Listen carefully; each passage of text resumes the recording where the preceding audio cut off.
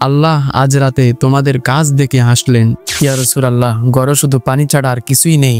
তুমি খাবার রান্না করো আর শিশুদের ঘুম পাড়িয়ে দাও। বিসমিল্লাহির রহমানির রহিম। মদিনায় হিজরতের কিছুদিন পর রাসূল সাল্লাল্লাহু আলাইহি ওয়াসাল্লাম সাহাবীদের নিয়ে মসজিদে নববীতে বসে আছেন। হঠাৎ এক গরীব সাহাবী ঢুকলেন, মুখ তার শুকনো, চোখে অনাহারের ক্লান্তি। তিনি ধীরে ধীরে এসে বললেন, ইয়া রাসূলুল্লাহ, আমি 3 দিন ধরে কিছু খাইনি। নবীজি সাল্লাল্লাহু আলাইহি সাল্লাম নিজে বাড়িতে লোক পাঠালেন খাবার আনতে, কিন্তু উত্তরে এলো হৃদয় বিদারক কথা, ইয়া রাসূলুল্লাহ, ঘরে শুধু পানি ছাড়া আর কিছুই নেই। নবীজি সাল্লাল্লাহু আলাইহি সাল্লাম মসজিদে তাকিয়ে বললেন, আজকে এই আল্লাহর মেহমানকে তার ঘরে নিয়ে যাবে। এক সাহাবী দাঁড়ালেন, তার নাম আবু তালহা রাদিয়াল্লাহু তাআলা আন।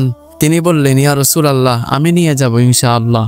ঘরে গিয়ে আবু তালহার স্ত্রী বললেন, আমাদের ঘরে তো শুধু বাচ্চাদের রাতের খাবারটুকুই আছে। আবু তালহা বললেন, তুমি খাবার রান্না করো আর শিশুদের ঘুম পাড়িয়ে দাও।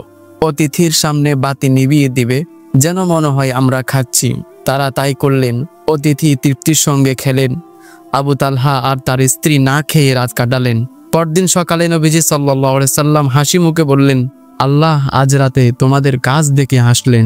তারপর তিনি তেলাওয়াত করলেন সূরা হাশরের আয়াত, ওয়ায়ুসিরুনা আলা আনফুসিহিম ওয়ালাউ কানা বিহিম খাসাসা। তারা নিজেদের উপর অন্যদের অগ্রাধিকার দেয়, যদিও তারাও অভাবগ্রস্ত হয়। একটু খাবার, সামান্য ভাগ আল্লাহ সন্তুষ্টির জন্য করা হলে তা হয়ে যায় চিরন্তন সওয়াবের কাজ। ভালোবাসা, ত্যাগ ও দয়া, এগুলোই ছিল সাহাবীদের হৃদয়ে খাঁটি ইসলামের রূপ। সম্মানিত ভিউয়ার্স, এরকম আরো ইসলামিক শর্ট গল্প পেতে আমাদের চ্যানেলটি এক্ষুনি সাবস্ক্রাইব করে পাশে থাকবেন। ধন্যবাদ।